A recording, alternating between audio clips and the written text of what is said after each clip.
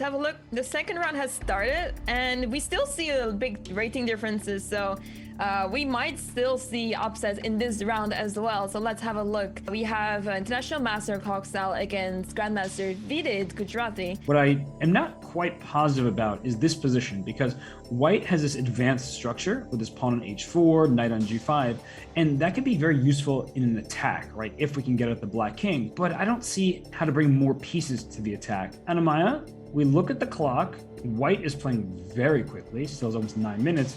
Did it? Down 2 minutes on the clock. Are you starting to maybe smell an upset in the works?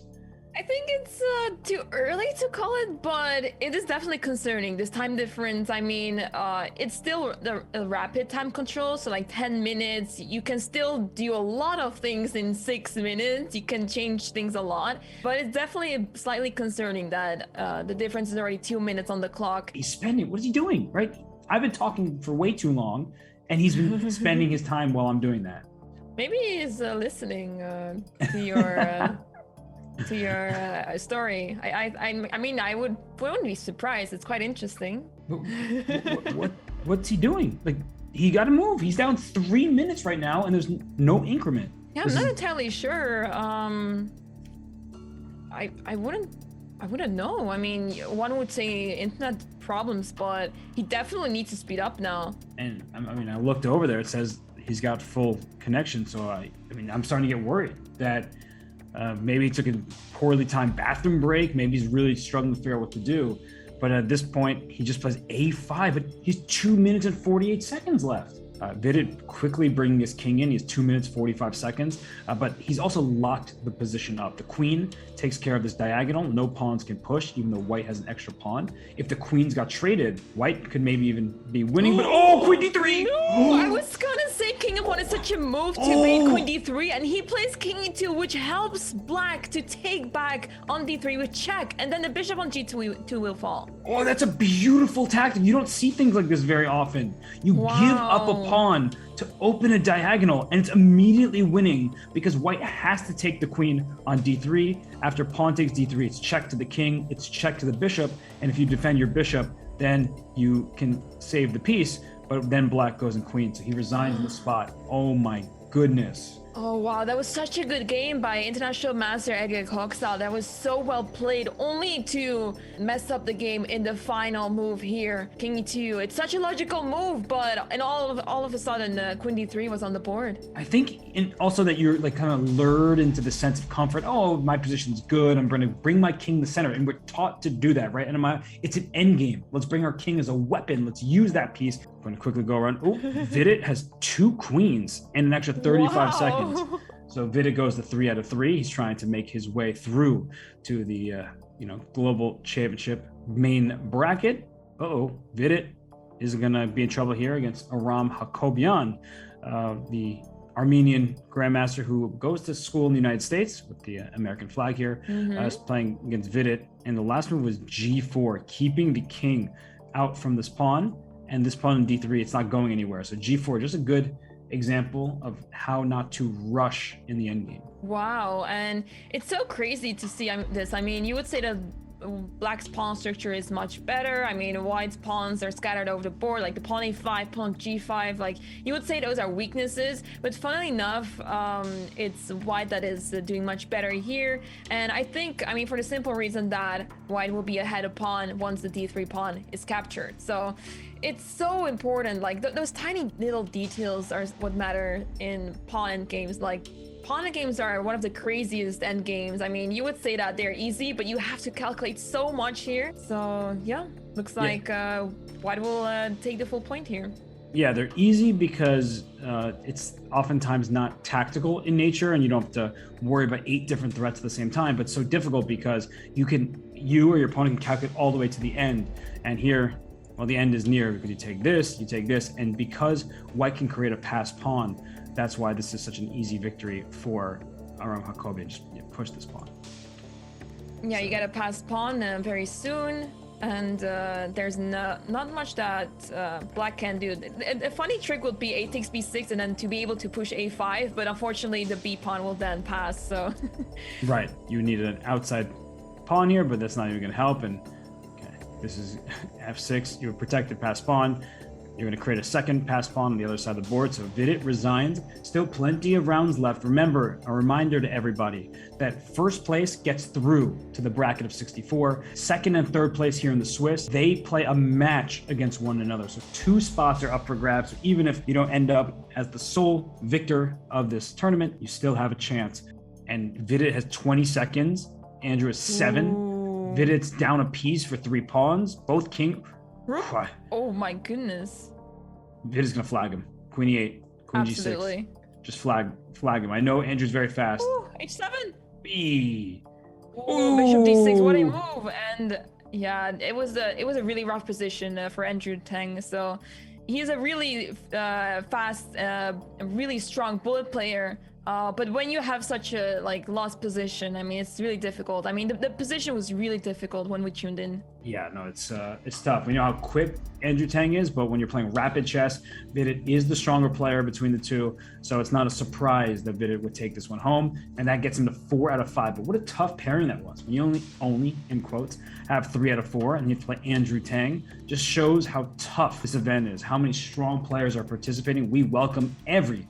Yeah, it's not working out for black here, and it seems like Vidit is going to take this point. I mean, the pawn b3 is still dangerous, so white needs to be very careful still. But if you're able to capture an exchange, okay, he might have to work his way through the win, because it's not so easy to find the final blow here. Yeah, if that pawn can remain, so I think trying to trade the bishops would be a good idea. And maybe you can just move this knight, because this bishop, he does it. This bishop is pinned here. This rook is still pinned, so he doesn't rush a capture. He says, I'm actually threatening e4 to win your bishop on d5. And if you move out of this pin, I'll take on c7, then I'll take on d5, and then I'll take on b3. Bye-bye to your only hope. Yeah, and that goes to show how difficult it is to deal with the pins, you know, you really need to look out for them, and you need to avoid them as much as possible.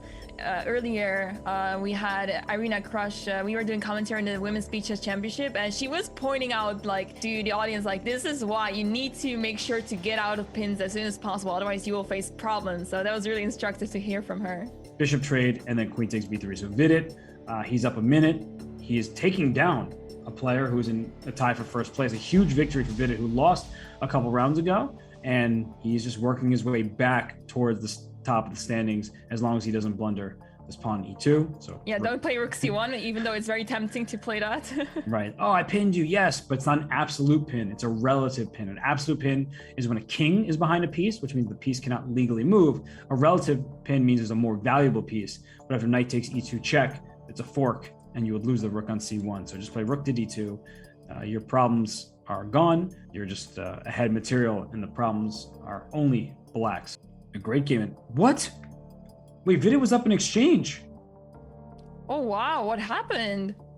I don't know, but flag him. You're up 4 seconds. You have a knight versus a bishop. just try to flag him. You're probably upset that you squandered your advantage. So just use your knight. Be annoying. Yeah, this knight can definitely be disturbing.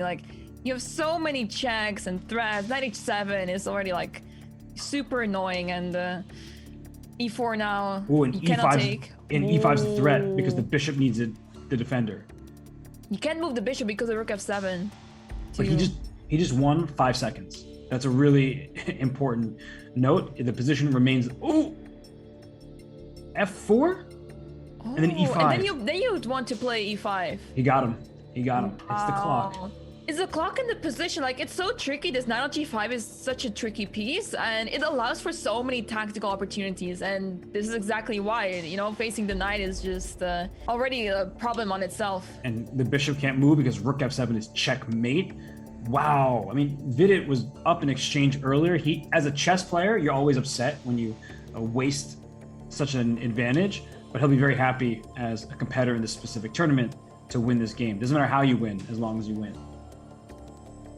Wow. Very impressive play by Vidit, especially here in the end. That was really nice. It was indeed. So Vidit, he is going to go to 5 out of 6. He should be in a tie for first place at this point. So, oh no, excuse me. Aram Hakovian won. I forgot. So he's alone with 5.5. Mm-hmm. Wow. Oh, gosh. Oh, wow. That's beautiful. He's not going to take the rook. He's going to checkmate. There we go. Vidit Gujarati. That's a player that everybody else does not want to see towards the top of the standings because he is 2,700 plus. He's the strongest player taking part in this tournament. Yeah, it's going to come down to the final seconds as Jose is playing really quickly now. You just bring your king this way. Come on. 18 and a half seconds. Oh, don't go to the fifth rank. Don't go there. No, don't go to the fifth rank until you lose this game. Okay, 17 points. Okay, precise play. And now rook. Oh my gosh. Checkmate with the rook in 15 seconds. I don't know if he's got... I'm a little nervous for him, but he's moving really quickly. No, Vidit has this. Oh, you want the king back? This is making things more difficult. Yes. This is so hard to checkmate in 10 seconds, 11 seconds now. He cut the king off. He cut the king off some more. Bring the king over here. Now, rook d2. He's got it. Okay. He's got he has plenty of time now. Oh, rook back, and then mate. Very, very precise play. And you have to be so precise when you're checkmating with the rook because one square, taking away one square from the king is already like a big progress. You have to be okay with that. And Vidit showed us very well how to checkmate with the rook in such a short time. Huge win for Vidit Gujarati because now he is tied for first place with 6 out of 7. And there's a whole host of... Okay, there is a rook hanging now, so... looks like Vidit has his game in the back. He does. So I think we're going to leave Vidit. He's going to get to 7.5 points. We have the utmost confidence that he can convert this overwhelming advantage. Well, and that ends this tournament. The first play in the event. Vidit won! Vidit, his tiebreaks barely get past Rasmus Fine. That's why you can't call anything until the last game is done. So 0.75. Yes, 0.75 on tiebreaks. Vidit Gujarati earns $850. He makes his way to the field of 64. And in the field of 64, if you lose in the first round, you get $5,000. And we don't expect Vidit Gujarati to lose in the first round. When Vidit Gujarati plays, he can beat anybody on the planet. So congratulations to Vidit, a good friend of ours here at chess.com.